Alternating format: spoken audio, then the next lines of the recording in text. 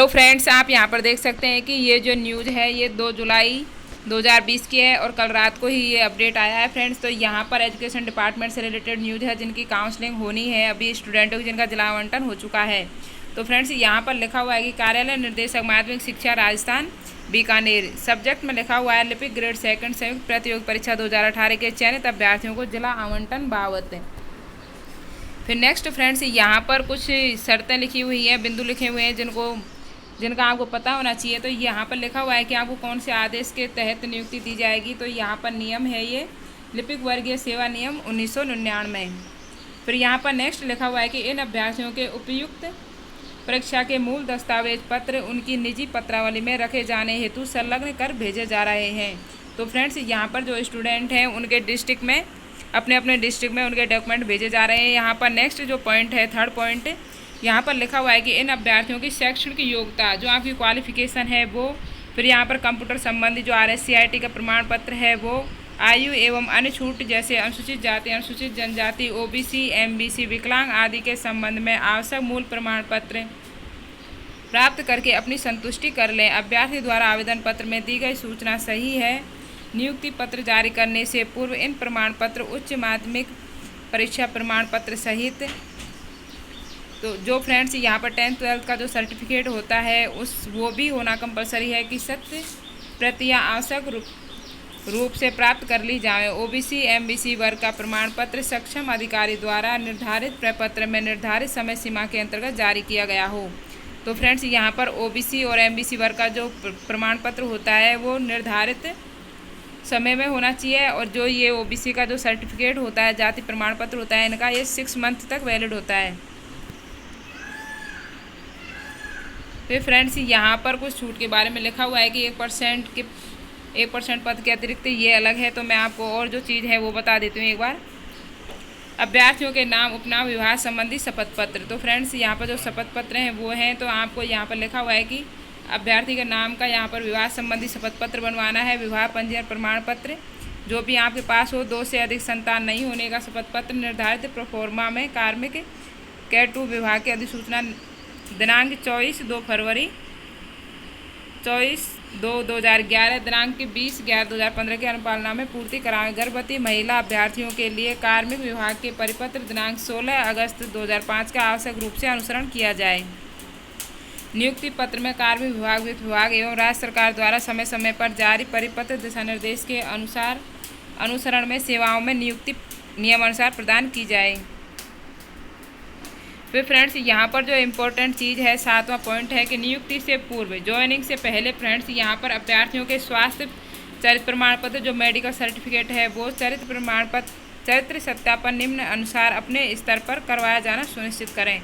तो फ्रेंड्स यहाँ पर आपको मेडिकल अभी बनवा लेना है पहले ही, क्योंकि ज्वाइनिंग आते ही आपको सबसे पहले ज्वाइन करना है। तो मेडिकल सर्टिफिकेट आप पहले बना सकते हैं, और इसके लिए फ्रेंड्स आपको सबसे पहले वहाँ पर ये शर्तें दी हुई हैं, तो आपको ये वाला पेज लेके जाना पड़ेगा वहाँ पर दिखाने के लिए डॉक्टर को, और जिसमें आपका नाम है, जिस लिस्ट में आपका हुआ है वो लिस्ट का आपको लेके जाना है वहाँ पर, और ये वाला पेज लेके जाना है, और इसका जो फर्स्ट है पेज वो लेके जाना है, और ये वाला पेज लेके जाना है वहाँ पर। और तो वहाँ पर डॉक्यूमेंट कुछ चाहिए नहीं, तो आपको ये ज़रूर लेके जाने हैं, तो आपका मेडिकल सर्टिफिकेट बन जाएगा। फिर यहाँ पर नेक्स्ट लिखा हुआ है कि विभाग द्वारा प्रार्थी के पक्ष में नियुक्ति आदेश जारी करने के बाद यदि प्रार्थी कार्यग्रहण की निर्धारित अवधि तक कार्यग्रहण नहीं करता है तो नियुक्ति निरस्त के आदेश जारी करते हुए अभ्यर्थी का आवेदन फॉर्म इस विभाग को शीघ्र लौटाएं। तो फ्रेंड्स यहाँ पर दिया हुआ है कि अगर कोई स्टूडेंट है जो अगर कार्यग्रहण नहीं करता है तो उसका जो आवेदन पत्र है वो डिपार्टमेंट को वापस से ही सेंड कर दिया जाए। तो फ्रेंड्स यहाँ पर लिखा हुआ है कि आपके ज़िले की रिक्तियों की सूची संलग्न की जा रही है, जो भी डिस्ट्रिक्ट वाइज जो है फ्रेंड्स मैंने आपको डाल दी गई है, पहले ही डाल दी है कि स्कूल में कितनी वैकेंट हैं, जिसमें ज़िले में महात्मा गांधी विद्यालय हो जाने के कारण उनके स्थान पर अन्य किसी कारण से विद्यालय में हुई रिक्तियों को शामिल किया जा सकेगा। ज़िले में सभी प्रकार के विद्यालयों की रिक्तियों के अतिरिक्त यदि रिक्तियों की आवश्यकता हो तो मुख्य ब्लॉक शिक्षा अधिकारी कार्यालयों की रिक्तियों को अभ्यर्थियों के सामान्य संख्या में शामिल किया जाएगा। इसके अतिरिक्त किसी भी प्रकार का परिवर्तन अपने स्तर पर नहीं किया जाएगा। तो फ्रेंड्स यहाँ पर अगर स्कूलों की जो रिक्तियाँ हैं अगर वो कम होंगी, यहाँ पर जहाँ पर स्टूडेंट जाता है और कम स्कूल हैं, तो वहाँ पर यहाँ पर लिखा हुआ है कि मुख्य ब्लॉक शिक्षा अधिकारी कार्यालयों की रिक्तियों पर भी अभ्यर्थियों को वहाँ पर शामिल किया जाएगा, जो DEO ऑफिस है वहाँ पर। तो फ्रेंड्स नेक्स्ट यहाँ पर लिखा हुआ है कि विभाग द्वारा आपके ज़िले की अभ्यर्थियों को दी गई वरीयता में किसी भी प्रकार का परिवर्तन अपने स्तर पर नहीं किया जाएगा। विभाग द्वारा निर्धारित वरीयता के क्रम में ही काउंसलिंग के लिए अभ्यर्थियों को बुलाया जाए। तो फ्रेंड्स यहाँ पर जो वरीयता दी गई है कि सबसे पहले किसे बुलाना है, उसमें जो डिस्ट्रिक्ट वाइज जहाँ पर होने वाली है काउंसलिंग, वहाँ पर कोई भी उस काउंसलिंग के जो वरीयता क्रम है उसको चेंज नहीं कर सकता, जो दिया गया है वही होगा वहाँ पर। तो सबसे पहले फ्रेंड्स यहाँ पर लिखा हुआ है कि दिव्यांगजन, विधवा महिला, परित्यक्ता महिला और एकल महिला फ्रेंड्स अनमेरिड गर्ल होती हैं, भूतपूर्व सैनिक, उत्कृष्ट खिलाड़ी, पति पत्नी में से अगर कोई राजकीय सेवा में है तो असाध्य रोग, पति पत्नी इसी भर्ती में चयनित, अगर पति पत्नी इसी भर्ती में चयनित हुए हों, महिला अभ्यर्थी एवं अन्य शेष आदि। तो फ्रेंड्स ये आपको वरीयता क्रम के अनुसार ही वहाँ पर जाना है। फिर यहाँ पर नेक्स्ट लिखा हुआ है कि नियुक्ति आदेश जारी कर उक्त आदेशों को संकलित एक जारी सूचना इस कार्यालय को भिजवाएं। अभ्यर्थी के कार्यग्रहण की सूचना भी कार्यग्रहण करने का समय समाप्त होते ही इस कार्यालय को भिजवाया जाना सुनिश्चित करें। तो फ्रेंड्स ये अपने काम का नहीं है, ये जो वहाँ पर काउंसलिंग होगी वो लोग इसको सेंड अपने आप ही कर देंगे।